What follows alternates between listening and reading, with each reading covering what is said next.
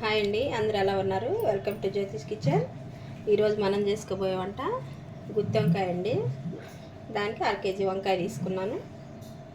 అలాగే ఆయిల్, పసుపు, ఉప్పు, కారం అండి ఇది.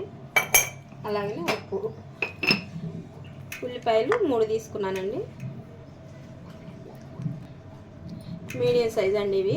3 తీసుకున్నాను. పెద్దవి అనుకుని మీరు 2 తీసుకోండి. అలాగనే ఒక 11 వెండి మిరపకాయలండి. అవి ఘాటు తక్కువ ఉంటాయండి, అందుకే 11 తీసుకున్నాను. అలాగనే చిన్న చెక్క ముక్క, 1 లవంగ, 2 లవంగాలు, 1 యాలక్కాయ, చిన్న కొబ్బరి ముక్క, అలాగనే ఒక 7 వెల్లుల్లి రెబ్బలు, చిన్న అల్లం ముక్క,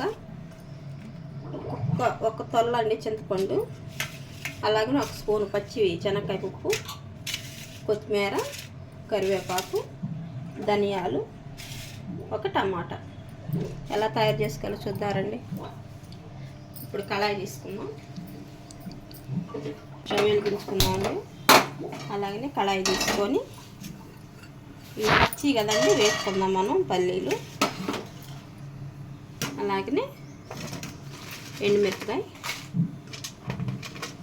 చెక్క, యాలక్కాయ, అలాగే ధనియాలండి, 1 స్పూన్ ధనియాలు.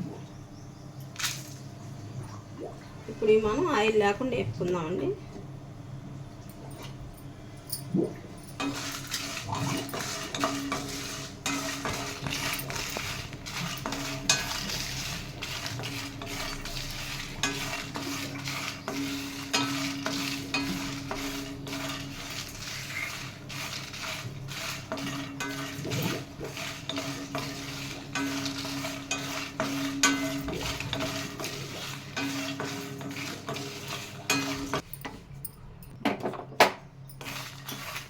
వేగినాయండి.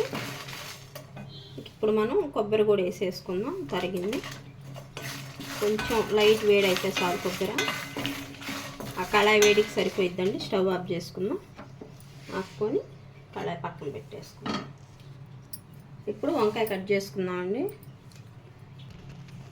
వంకాయ కట్ చేసానండి. ఉప్పు, పసుపు వేసాను. వేసి ఇది ఇలా కొంచెం కాడలతో ఉండేటట్టు ఇలా 4 ముక్కలుగా చేసానండి. ఇప్పుడు స్టవ్ వెలిగించుకుందాం. కళాయి పెట్టేసుకుందాం. కొంచెం ఎల్లొడుపు పెట్టుకోండి, బాగా కర్రీ చేసుకోవటానికి బాగుంటుంది. అలాగే ఆయిల్ పోసేసుకుందాం.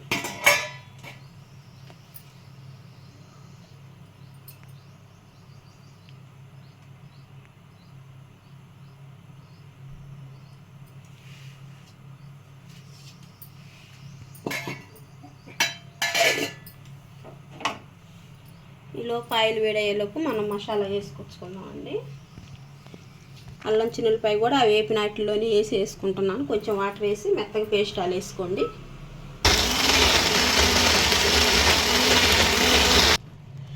ఇలా మెత్తగా వేసుకోవాలండి. ఇప్పుడు మనం వంకాయ వేసుకుందాం. వాటర్ లేకుండా ఆయిల్ వేడయింది మనకి.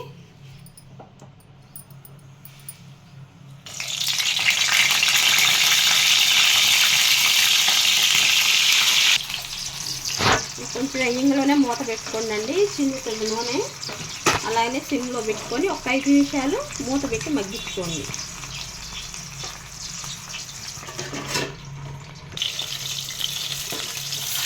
చూద్దామండి,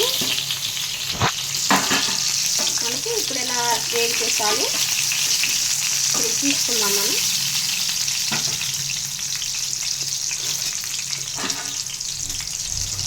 ప్లేట్లోనే వేసేసుకుందాం తీసుకొని.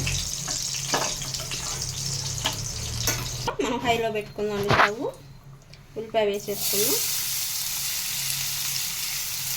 పచ్చిమిరకాయనే వేసుకోండి. నాకు ఆ పచ్చిమిరకాయ లేదు కాబట్టి వేయలేదు నేను. వంకాయ వేసుకుంటే ఏంటంటే మనకి గ్రేవీలో వేసుకున్నప్పుడు చిదిరిపోకుండా ఉంటుందండి, అందుకు ముందుగానే వేసుకున్నాను. కొంచెం కలర్ రానిద్దాం.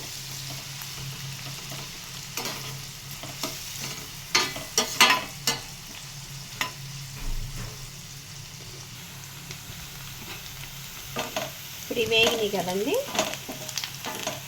ఇప్పుడు మనం టమాటా వేసుకుందాం, అలాగే కరివేపాకు కూడా.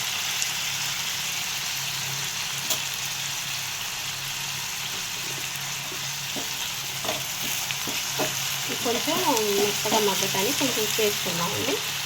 ఇప్పుడు కూరకు సరిపోయి మోయినమైన వేసుకోవచ్చు అండి, మీ ఇష్టం అది. లేదా తర్వాత గ్రేవీలో కలుపుకోవాలంటే కలుపుకోవచ్చు. నేనైతే సరిపోయి మోయిన ఇప్పుడే వేసేస్తున్నాను.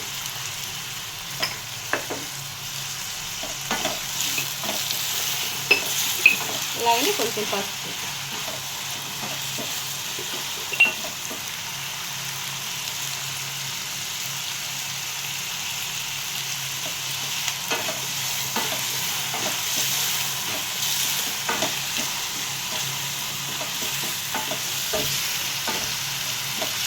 మసాలా మనం మొత్తం వేసుకున్నాం కాబట్టి అది నూనెలో నాకు అవసరం లేదండి.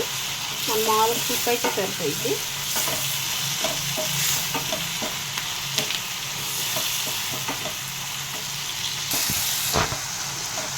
మెత్తగా మగ్గిందండి అది టమాటా. ఇప్పుడు మనం పేస్ట్ వేసుకుందాం. మనం కారం ఎక్కడ వాడతలేదండి, మనకి ఎండుమిరపకాయలే సరిపోతాయి కారం.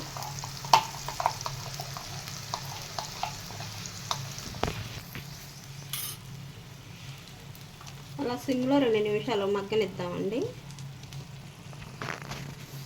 అలా ఆయిల్ బయటకు వచ్చింది కదండి. ఇప్పుడు మనం గ్రేవీకి సరిపోయిన వాటర్ పోసేసుకుందాం.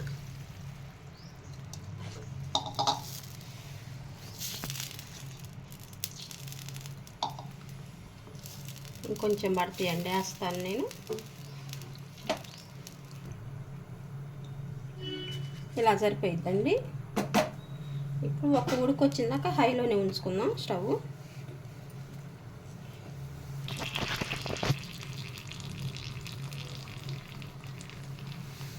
అవి తెరులుతుంది కదండి, మనం వంకాయ వేసేసుకుందాం. వంకాయ స్టఫింగ్ పెట్టుకోవటానికి ఏంటంటే లోపల పచ్చిగా ఉంటుందండి, ఉడకదు మసాలా. అప్పుడు మనకి ఇలా వేసుకుంటే ఏంటంటే మసాలా మొత్తం వంకాయల్లోకి వెళ్ళిపోద్ది, బాగా జ్యూసీగా ఉంటుందండి. చాలా బాగుంటుంది ఇలాగ అసలు.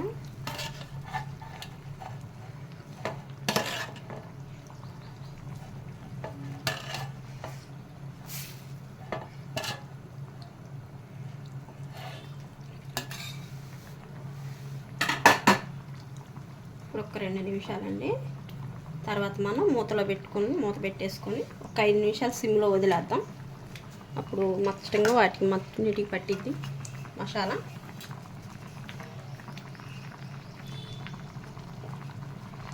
ఇప్పుడు సిమ్లో పెట్టేసుకుందాం, మూత పెట్టేసుకుందాం. 2 నిమిషాలు అయినాకండి వంకాయ మళ్ళీ తీసుకోండి,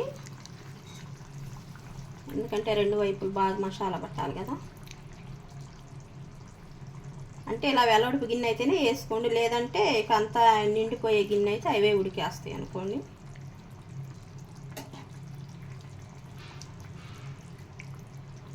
ఇందాక మనం చింతపండు వేసుకున్నాం కదండి, గ్రేవీ మనకి తీపి రాకుండా ఉండటానికండి ఒక్క చింతపండు తొల్ల. మనం గ్రేవీ కూర చేసుకునేటప్పుడు ఎప్పుడైనా ఒక్క రవ్వ చింతపండు తొలక వేసుకుంటే ఇలా కర్రీలో బాగుంటుంది. చూద్దామండి, ఆయిల్ మన సైడ్కి వచ్చేసింది కదా, మనకి ఇక కూర రెడీ అయిపోయినట్టే. మన గ్రేవీ కూడా చిక్కబడింది. కొంచెం ఇలా పలసగా ఉన్నప్పుడే స్టవ్ ఆఫ్ చేసుకోండి. పచ్చిమిరపకాయ కనపడేయండి, వేసాను 2. అలాగే కొత్తిమీర వేసుకున్నాం, మనం స్టవ్ ఆఫ్ చేసుకున్నాం.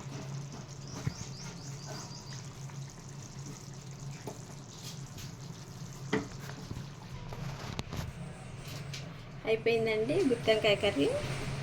మీరు ఒకసారి ట్రై చేయండి. మా వంటలు కనుక మీకు నచ్చినట్లయితే మాకు షేర్ చేయండి, లైక్ చేయండి, మమ్మల్ని సపోర్ట్ చేయండి. థ్యాంక్ యూ అండి.